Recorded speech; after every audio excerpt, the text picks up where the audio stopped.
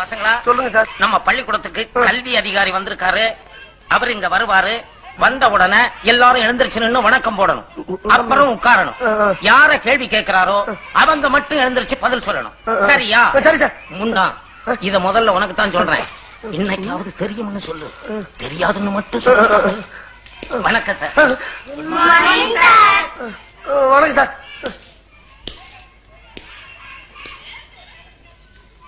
இவர்தான் drawing master mister Kamalakannan. வணக்கம். கிளாஸ்ல எத்தனை பேர்? 45 பேர். சார், எதிரில் உட்கார்ந்துருக்கிறானே ஒரு கருப்ப, அவன் தான் நான் சொன்ன பையன். ஆமா, யார் இங்க அறிவழகன்? நான் தான் சார். நீதானா? அது சரி, உன் உயரம் என்ன? உயரம் உங்களோட 4 கூட இருப்பேன் சார். சரி சார். நான் கேக்குற கேள்விகளுக்கு தெரியும் தெரியாதுன்னு பதில் சொல். பகலில் நட்சத்திரம் தெரியுமா? தெரியாது சார். பகலில் ஆந்தைக்கு கண் தெரியுமா?